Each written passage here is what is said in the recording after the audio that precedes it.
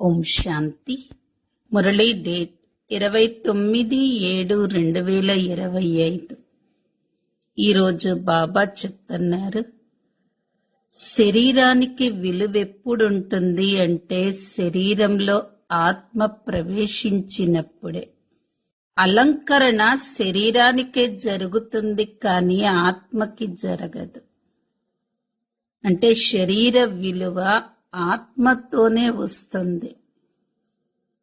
మనందరి బాధ్యత మన తోటి వారిని నరుడు నుండి నారాయణుడిగా, నారి నుండి లక్ష్మిగా అయ్యే యుక్తి తెలియచేయటం. మనమందరం భారతదేశపు సత్యమైన ఆత్మిక సేవకులం. ఆత్మిక సేవ చెయ్యాలి. మనందరికీ బాబా జ్ఞానం అనే 3వ నేత్రమిచ్చారు. కాబట్టి మన బుద్ధి అయినా నడవడికైనా చాలా రిఫైన్ గా ఉండాలి. మనకు ఎవ్వరిపైన కొంచెం కూడా మోహం అనేది ఉండకూడదు. ఇప్పుడు మనం బాబా ద్వారా విలువైన వారిగా అయ్యాము. మనమే దేవతలుగా అవుతున్నాము. ఇదే నారాయణి నశాలో ఉండాలి. బంధన ముక్తులుగా ఈ సేవ చెయ్యాలి. బంధనాలలో ఇరుక్కుపోకూడదు. జ్ఞాన యోగాలలో చురుకుగా ఉంటూ తల్లి తండ్రి సమానంగా పూలల్లో రాజులుగా అవ్వాలి. మన సహచరులందరి సేవ కూడా చెయ్యాలి. మనం తయారవ్వాలి, వాళ్లను తయారు చెయ్యాలి. సహజ యోగిగా కావాలి అంటే ఏం చేస్తే మనం సహజ యోగిగా అవుతాము? మన సంకల్పాల ద్వారా, మాటల ద్వారా, కర్మల ద్వారా ఎప్పుడూ కూడా విశ్వంలో ఉన్న సర్వ ఆత్మలకు సేవాదారిని అని భావించి సేవలో సర్వస్వము ఉపయోగించాలి. మన బ్రాహ్మణ జీవితంలో శక్తులు, గుణాలు, జ్ఞాన ఖజానా, శ్రేష్ఠ సంపాదన చేసుకునే సమయ ఖజానాలు ఏవైతే బాబా నుండి లభించాయో వాటిని సేవలో ఉపయోగించాలి. సహయోగిగా అయినట్లయితే సహజ యోగిగా తప్పకుండా కాగలుగుతాము. కానీ సహయోగం ఎవరు చెయ్యగలుగుతారు అంటే ఎవరైతే సంపన్నంగా ఉంటారో వారే సహయోగిగా కాగలుగుతారు. సహయోగిగా అవటం అంటే మహాదానిగా కావటం. ఆకర్షణ యొక్క సంస్కారాలన్నీ సహజంగా తొలగిపోవాలి అంటే బేహద్ వైరాగిగా కావాలి. ఎప్పుడైతే బేహద్ వైరాగిగా అవుతామో అప్పుడు ఆకర్షణ అనేది స్వతహాగా తొలగిపోతుంది. ఎవరం మనందరం సహజ యోగి ఆత్మలము. ఈ రోజటి మధుర మహావాక్యాలు. మధురమైన పిల్లలు, ఎప్పుడైతే ఈ శరీరంలోకి ఆత్మ ప్రవేశిస్తుందో అప్పుడే ఈ శరీరానికి విలువ. అలంకరణ శరీరానికే జరుగుతుంది, కానీ ఆత్మకు జరగదు. ప్రశ్న: పిల్లలైన మీ బాధ్యత ఏంటి? మీరు ఏ సేవను చెయ్యాలి? జవాబు: మీ తోటి వారికి నరుడు నుండి నారాయణుడిగా, నారి నుండి లక్ష్మిగా అయ్యే యుక్తిని తెలియచేయటం మీ బాధ్యత. ఇప్పుడు మీరు భారతదేశపు సత్యమైన ఆత్మిక సేవను చెయ్యాలి. మీకు జ్ఞానం అనే 3వ నేత్రం లభించింది. కావున మీ బుద్ధి మరియు నడవడిక చాలా రిఫైన్ గా ఉండాలి. మీకు ఎవరిపైనా కొద్దిగా కూడా మోహం ఉండకూడదు. పాట నేత్రహీనులకు దారి చూపించు ప్రభు. ఓం శాంతి. డబల్ ఓం శాంతి. పిల్లలైన మీరు కూడా ఓం శాంతి అని రిటర్న్ చెప్పాలి. మన స్వధర్మం శాంతి. మీరిప్పుడు శాంతి కోసం ఎక్కడికి వెళ్ళరు. మనుష్యులు మనశ్శాంతి కోసం సాధు సన్యాసుల వద్దకు వెళతారు కదా. మనస్సు మరియు బుద్ధి ఆత్మ ఇంద్రియాలు. ఏ విధంగా ఈ శరీర ఇంద్రియాలు ఉన్నాయో అలాగే మనస్సు, బుద్ధి మరియు చక్షువులు కూడా ఉన్నాయి. ఆ చక్షువు ఈ నయనాల వంటిది కాదు. నేత్రహీనులకు దారి చూపించు ప్రభు అంటారు. ప్రభు లేక ఈశ్వరుడు అని అన్నప్పుడు తండ్రి ప్రేమ అంతగా కలగదు. తండ్రి నుండైతే పిల్లలకు వారసత్వం లభిస్తుంది. ఇక్కడైతే మీరు తండ్రి ముందు కూర్చున్నారు. మీరు చదువుకుంటారు కూడా. మిమ్మల్ని ఎవరు చదివిస్తారు? పరమాత్మ లేక ప్రభువు చదివిస్తారు అని అన్నారు. శివ్ బాబా చదివిస్తారు అని మీరంటారు. బాబా అన్న పదం చాలా సాధారణమైనది. బాబ్ దాదాలున్నారు. ఆత్మను ఆత్మ అని అంటారు. అలాగే వారు పరమ ఆత్మ. నేను ఉన్నతోన్నతమైన ఆత్మను అనగా పరమాత్మను, మీ తండ్రిని. డ్రామానుసారంగా పరమాత్మనైన నాకు శివ అన్న పేరు పెట్టబడింది. డ్రామాలో అందరికీ పేరు కూడా కావాలి కదా. శివుని ఆలయాలు కూడా ఉన్నాయి. భక్తి మార్గం వారు ఒక పేరుకు బదులుగా అనేక పేర్లు పెట్టేశారు. అలాగే లెక్కలేనన్ని మందిరాలను నిర్మిస్తూ ఉంటారు. కానీ వారైతే ఒక్కరే. సోమనాథ్ ఆలయం ఎంత పెద్దది, ఎంతగా అలంకరిస్తారు. రాజులు మొదలైన వారి అలంకరణను కూడా ఎంతగా చేస్తారు. ఆత్మ అలంకరణ లేదు. అలాగే పరమాత్మ అలంకరణ కూడా లేదు. తాను ఒక బిందువు. అలంకరణ ఏదైతే ఉందో అదంతా శరీరానిదే. నా అలంకరణ లేదు. అలాగే ఆత్మ అలంకరణ లేదు. ఆత్మ ఒక బిందువే. ఇంత చిన్న బిందువు తనకు తాను ఎటువంటి పాత్రను అభినయించలేదు. కాని ఆ చిన్న ఆత్మ ప్రవేశించటంతో ఈ శరీరానికి ఎన్ని రకాల అలంకరణలు జరుగుతాయి అని బాబా అంటారు. మనుష్యులకు ఎన్ని పేర్లున్నాయి. రాజులు, రాణుల అలంకరణ ఎలా జరుగుతుంది?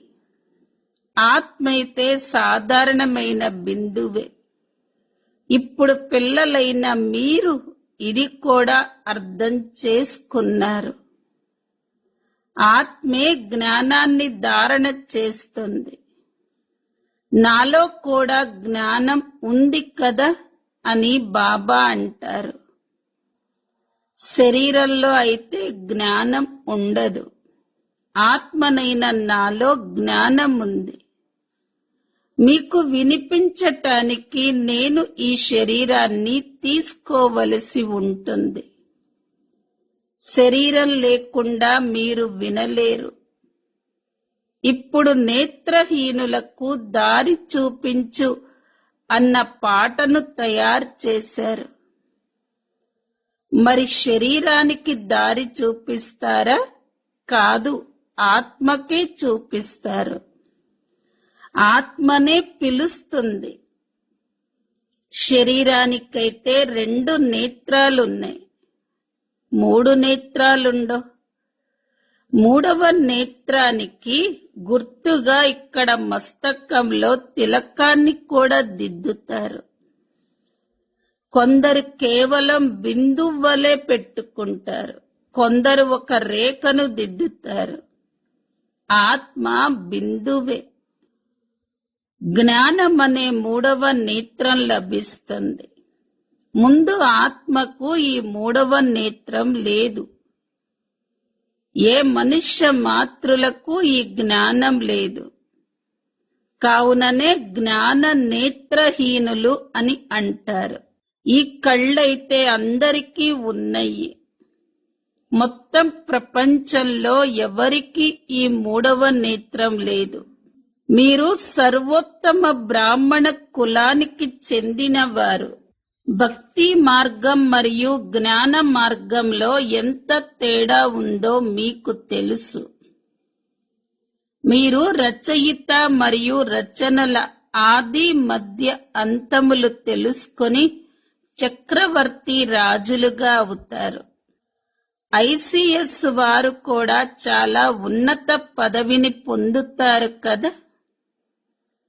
ఇక్కడ చదువు ద్వారా ఎంపీ మొదలైన వారిగా అవ్వరు. ఇక్కడైతే ఎన్నికలు జరుగుతాయి.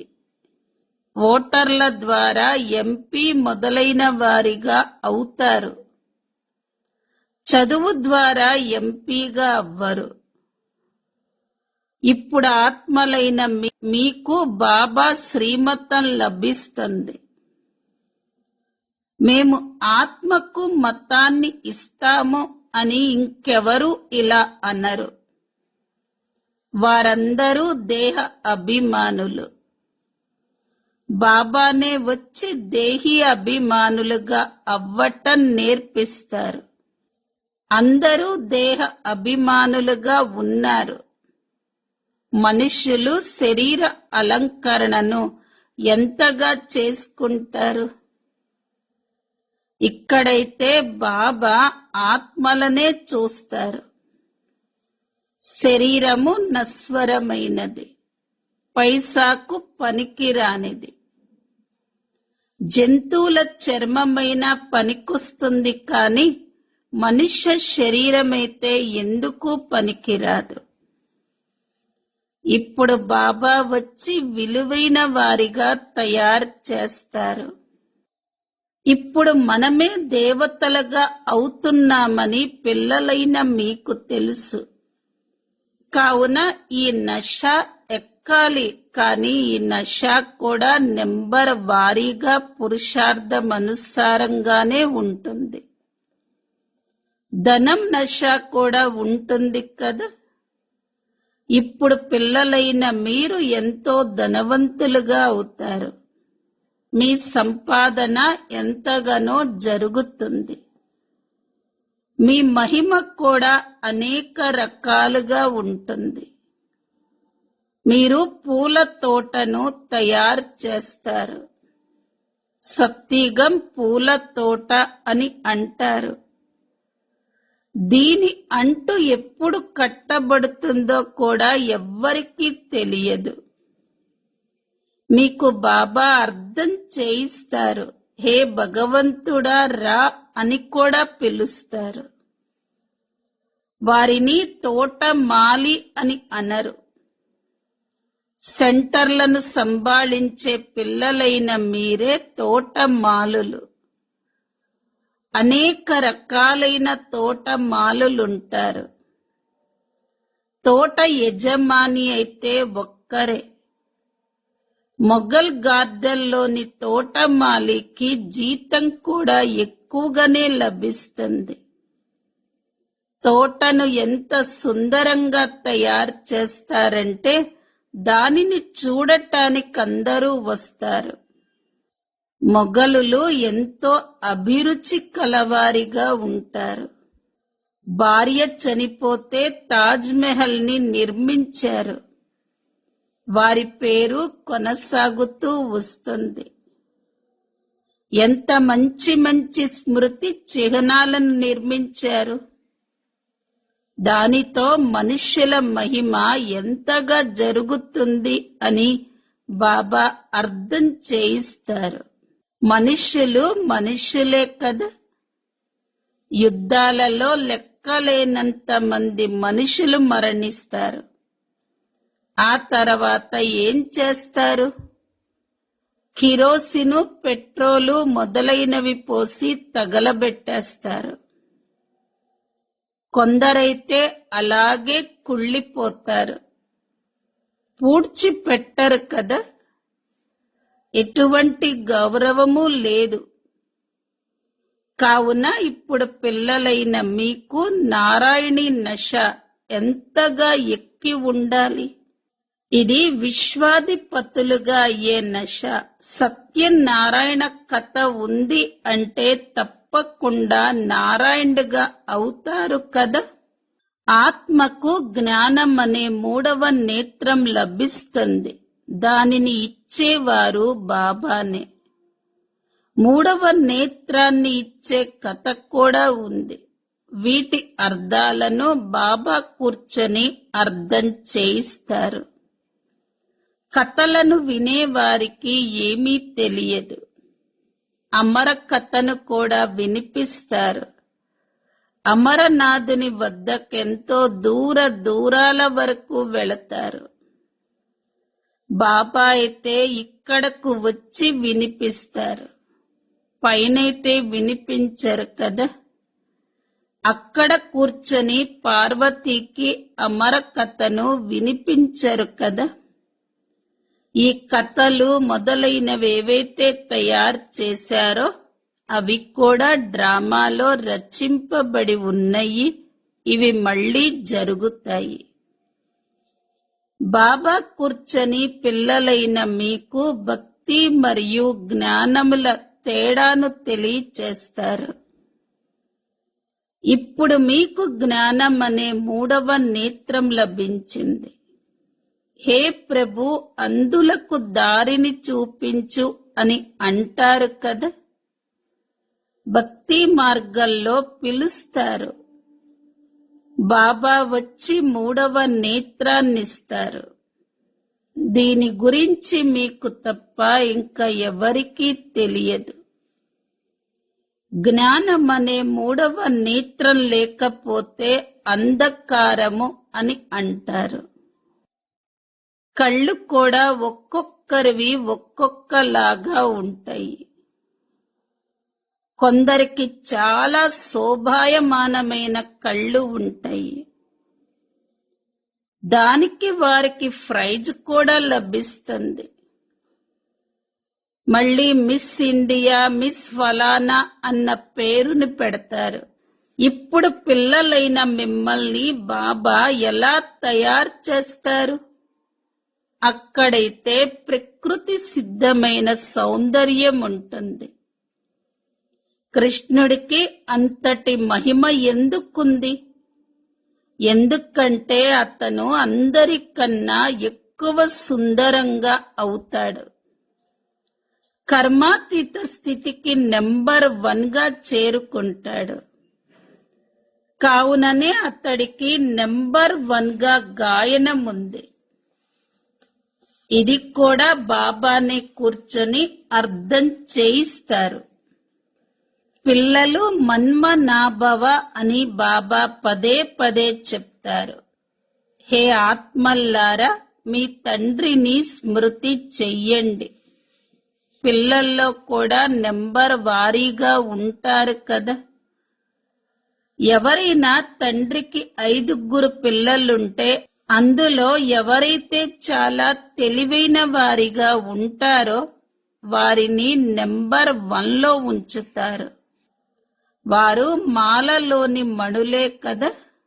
వీరు 2వ నెంబర్లో వారు, వీరు 3వ నెంబర్ వారు అని అంటారు. ఎవరు ఒకే విధంగా ఉండరు.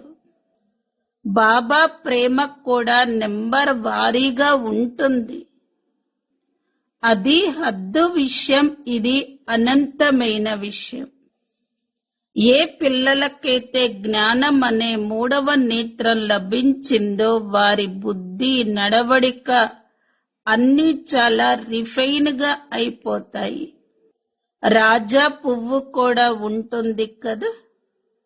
ఈ బ్రహ్మ సరస్వతీలు కింగ్ మరియు క్వీన్ ఫ్లవర్స్ వంటి వారు. జ్ఞానం మరియు స్మృతి రెండింటిలోనూ చురుకుగా ఉన్నారు. మనం దేవతలుగా అవుతామని మీకు తెలుసు. ముఖ్యంగా అలా 8 రత్నాలు తయారవుతారు. మొట్టమొదట పుష్పాలుంటాయి, ఆ తర్వాత బ్రహ్మ సరస్వతీల జంట పూసలుగా ఉంటారు. మాలను స్మరిస్తారు కదా. నిజానికి మీ పూజ జరగదు, స్మరణ జరుగుతుంది. మీరు పుష్పాలు ధరించరు. ఎప్పుడైతే శరీరం కూడా పవిత్రంగా అవుతుందో అప్పుడే పూలు ధరిస్తారు. ఇక్కడ ఎవరి శరీరము పవిత్రంగా లేదు. అందరూ విషం ద్వారా జన్మిస్తారు. కావుననే వికారులు అని అంటారు. ఈ లక్ష్మీనారాయణలను సంపూర్ణ నిర్వికారులు అని అంటారు. పిల్లలైతే జన్మిస్తారు కదా, అలాగని ఏదో ట్యూబు నుండి పిల్లలు పుడతారని కాదు. ఇవన్నీ అర్థం చేసుకోవలసిన విషయాలు. పిల్లలైన మిమ్మల్ని ఇక్కడ 7 రోజుల బట్టీలో కూర్చోపెట్టటం జరుగుతుంది. బట్టీలో ఇటుకలు కొన్ని పూర్తిగా కాల్తాయి, కొన్ని పచ్చిగానే ఉండిపోతాయి. బట్టి ఉదాహరణను ఇస్తారు. ఇటుకల బట్టి ఉదాహరణ శాస్త్రాలలో వర్ణించబడింది. ఇందులో పిల్లి ఉదాహరణ కూడా ఉంది. గుళేబ కావళి కథలో కూడా పిల్లిని చూపించారు. అది దీపాన్ని ఆర్పేసేది. మీ పరిస్థితి కూడా ఇలా అవుతుంది కదా. మాయారూపి పిల్లి విఘ్నాలు కలిగిస్తూ ఉంటుంది. మీ స్థితినే పాడు చేస్తుంది.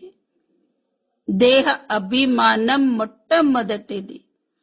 ఆ తర్వాత ఇతర వికారాలు వస్తాయి. మోహం కూడా ఎంతో ఉంటుంది. నేను భారతదేశాన్ని స్వర్గంగా తయారు చేసే ఆత్మిక సేవను చేస్తాను అని కూతురంటే మోహానికి వశమయ్యి తల్లి తండ్రులు మేము అనుమతించము అని అంటారు. ఇది కూడా ఎంతటి మోహం. మీరు మోహంపు పిల్లలుగా అవ్వకూడదు. మీ లక్ష్యం ఇది. బాబా వచ్చి మనుషుల నుండి దేవతలుగా, నరుడు నుండి నారాయణుడుగా తయారు చేస్తారు. మీ సహచరుల సేవను చెయ్యటం, భారతదేశ సేవను చెయ్యటం మీ బాధ్యత కూడా. మేము ఎలా ఉన్నవారిమి, ఎలా అయిపోయాము అన్నది మీకు కూడా తెలుసు. ఇప్పుడు మళ్ళీ రాజాది రాజులుగా అయ్యేందుకు పురుషార్థం చెయ్యండి. మనం మన రాజ్య స్థాపనను చేస్తామని మీకు తెలుసు. ఇందులో ఎటువంటి కష్టమైన విషయమూ లేదు. వినాశనం కోసం కూడా డ్రామాలో యుక్తి రచింపబడింది. ఇంతకు ముందు కూడా ముసలాల ద్వారా యుద్ధం జరిగేది. ఎప్పుడైతే మీరు పూర్తిగా తయారైపోతారో అప్పుడు అందరూ పూలలాగా అయిపోతారు. అప్పుడు వినాశనం జరుగుతుంది. కొందరు రాజా పువ్వుగా ఉంటే, కొందరు గులాబీగా, కొందరు మల్లెలలాగా ఉన్నారు. ప్రతి ఒక్కరూ తాము జిల్లేడి పువ్వులా ఉన్నామా లేక పుష్పాలుగా ఉన్నామా అన్నది తమను తాము అర్థం చేసుకోగలరు. జ్ఞానధారణ ఏ మాత్రం లేనివారు ఎందరో ఉన్నారు. నెంబర్ వారీగా అవుతారు కదా. అయితే చాలా ఉన్నతోన్నతంగా అవుతారు, లేకపోతే చాలా సాధారణంగా అయిపోతారు. రాజధాని ఇక్కడే తయారవుతుంది. పాండవులు మరణించారు అని శాస్త్రాలలో చూపించారు. ఆ తర్వాత ఏమయ్యింది అన్నది ఏమీ తెలియదు. కథలనైతే ఎన్నో తయారు చేశారు, కానీ అటువంటి విషయం ఏదీ లేదు. ఇప్పుడు పిల్లలైన మీరు ఎంత స్వచ్ఛ బుద్ధి కలవారిగా అవుతారు. బాబా మీకు ఎన్నో రకాలుగా అర్థం చేయిస్తూ ఉంటారు. ఇది ఎంత సహజమైనది. కేవలం బాబాని మరియు వారసత్వాన్ని స్మృతి చెయ్యాలి. నేనే పతిత పావనుడను అని బాబా అంటారు. మీ ఆత్మ మరియు శరీరం రెండూ పతితంగా ఉన్నాయి. ఇప్పుడు పావనంగా అవ్వాలి. ఆత్మ పవిత్రంగా అవుతే శరీరం కూడా పవిత్రంగా అవుతుంది. ఇప్పుడు మీరు ఎంతగానో కష్టపడాలి. పిల్లలు చాలా బలహీనంగా ఉన్నారు, స్మృతిని మర్చిపోతున్నారు అని బాబా అంటారు. బాబా స్వయం తమ అనుభవాన్ని తెలియచేస్తారు.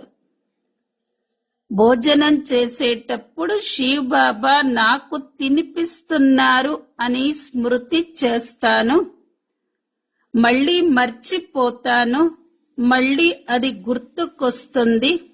అలాగే మీలో కూడా నెంబర్ వారీగా పురుషార్థమనుసారంగా ఉన్నారు. కొందరైతే బంధన ముక్తులుగా ఉంటూ కూడా చిక్కుకుపోతూ ఉంటారు. పిల్లలను దత్తత తీసుకుంటారు.